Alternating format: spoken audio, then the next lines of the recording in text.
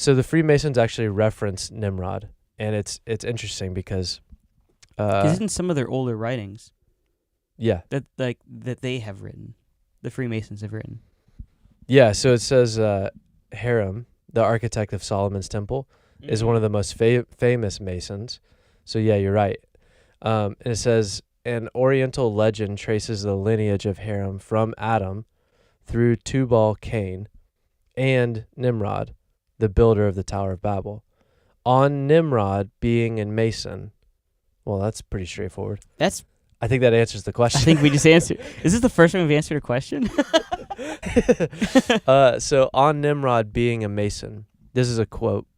Every reading Mason, so any Mason that can read, is aware that from the time of the original of the Cook MS constitutions, AD 1400. So that's Pretty old. yeah, referencing back to the 1400s. It has been handed down that the hunter king Nimrod was a grand master. So that statement says that Nimrod himself, the hunter king, was a grand master. And a grand master is the highest level of Freemasonry. Yeah. And like one thing I do know is like, and I think most people watching this or listening probably know this as well, Freemasonry has a bunch of different levels. Mm-hmm. So like we do know that like you come in and you're at level 1. That's kind of how Scientology is too, right? Yeah, but I think, don't you have to just donate money for that? Yeah. I actually have no clue how it you works. buy but- access. Yeah. Probably. But it's level 1 and then the highest level is level 33. Yeah. And to be honest with you, that's all that we like potentially know. That's all I Like, can say. I'm not a Mason. I don't really even, I haven't really known a Mason either. And that's the Yeah. thing. But, yeah, so they say that the document from the Masons Constitution dating back to 1400 AD is that Hunter King Nimrod was a Grand Master. For some hundreds of years, our constitutions have asserted that Nimrod was a Grand Master and gave the Masons a charge which we still follow. That's pretty scary. Yeah. So the quote That there is is, scary.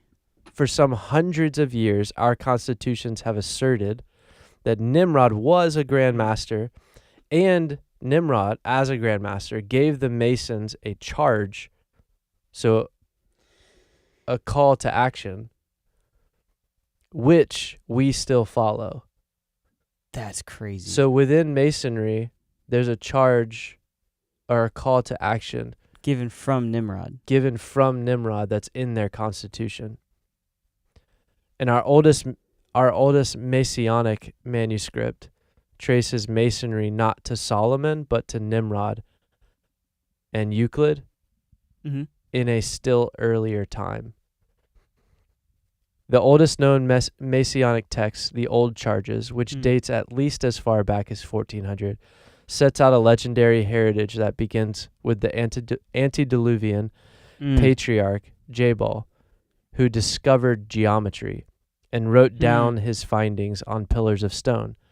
After Noah's flood destroyed all human civilization, the Egyptian sage Hermes rediscovered this knowledge and passed it on in a lineage that includes Nimrod.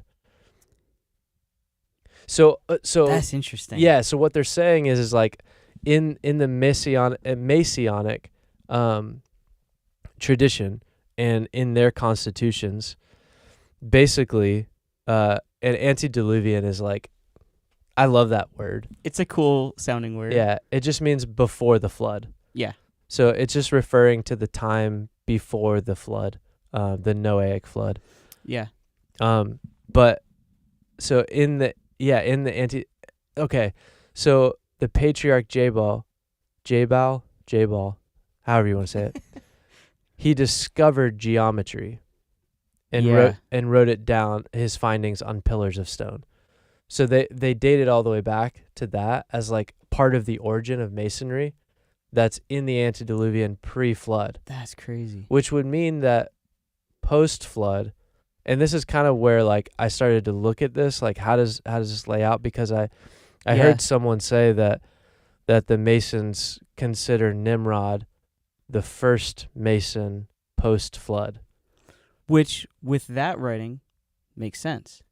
It also, that language also correlates to what they call Nimrod in the Bible, Yeah. that he's the first mighty man. Yeah. Like, that's the thing that throws me off a little bit about... That's interesting. Yeah, can you pull up Genesis 10? Because that's Yeah. the thing that throws me off a little bit about Genesis 10 is like in the genealogy of the nations, as it's laying it out, it's weird to me that all of a sudden it just says, in referring to him, he was a mighty hunter before the Lord, which that language the Masons used. Yeah. Therefore, Mhm. it is said, like Nimrod, a mighty hunter before the Lord. The beginning of his kingdom was Babel. I'm jumping ahead. Cush fathered Nimrod. He was the first on earth to be a mighty man, which is pretty interesting. And then, of course, that's the drop-down translation is like he Yeah. began to be a mighty man on the earth. Yeah. And that's where like some translations diverge, where in the sense that like this reads, the ESV reads, he was the first on earth to be a mighty man. But then it refers back to the Hebrew layout that potentially said he began. Yeah. Yeah. He began to be a Which mighty man. means like he wasn't for a time. Right. Yeah. And then he became a Gibborim. Yeah. Which, do you want to talk about that?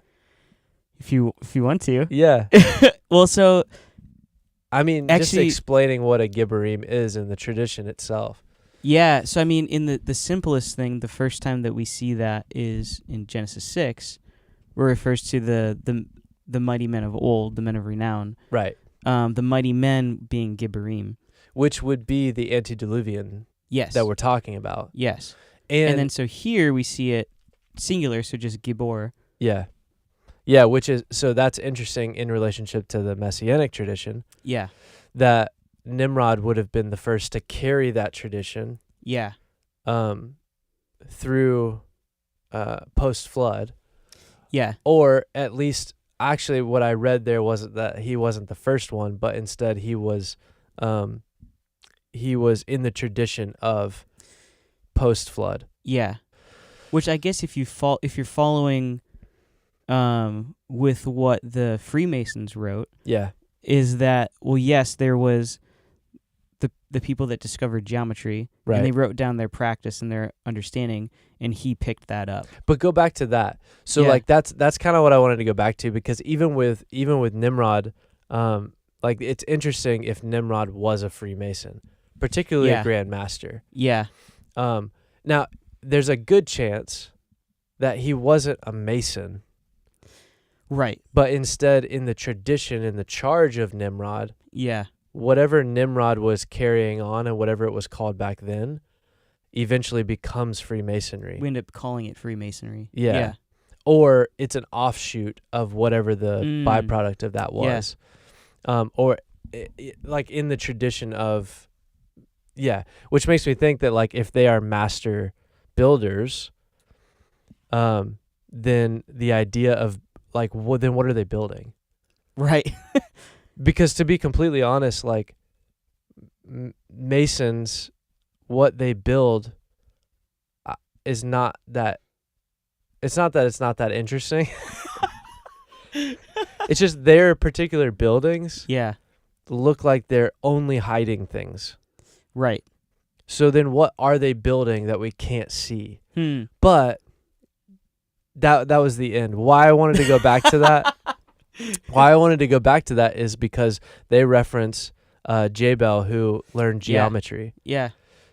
What do you mean he learned geometry? That's a good question. So that's why I wanted you to mention Gibor, because if you go like, all right, well, so Masonry is based on geometry, and that guy learned geometry, and he wrote it on a stone pillar.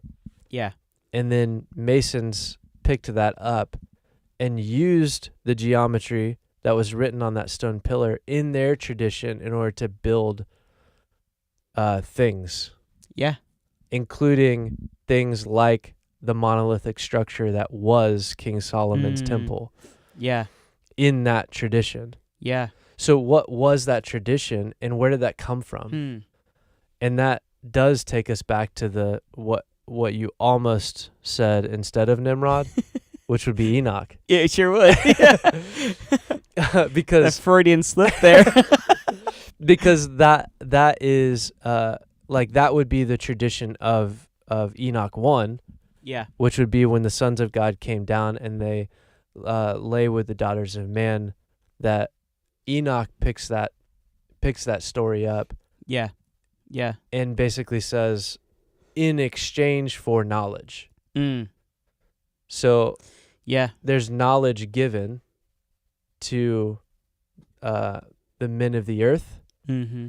And when that knowledge is given, it's given the knowledge that's given are things like geometry. Yeah.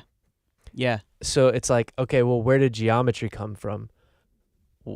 Well, if you trace the dots back, you can look at Enoch 1 that then is corroborated that the event itself happened, but not necessarily in the detail of Enoch 1 to Genesis 6.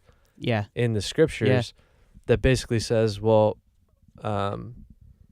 geometry was given to man through the sons of God, and it was knowledge that was passed down. Mm-hmm. Yeah. Which is kind of wild. It's wild because it means that, like, the tradition of Nimrod that becomes Masonry is knowledge passed down from an angel cast out of heaven. Yeah. So it's knowledge that we should not have had. Yeah. Or, I'm not really sure how to unpack that fully.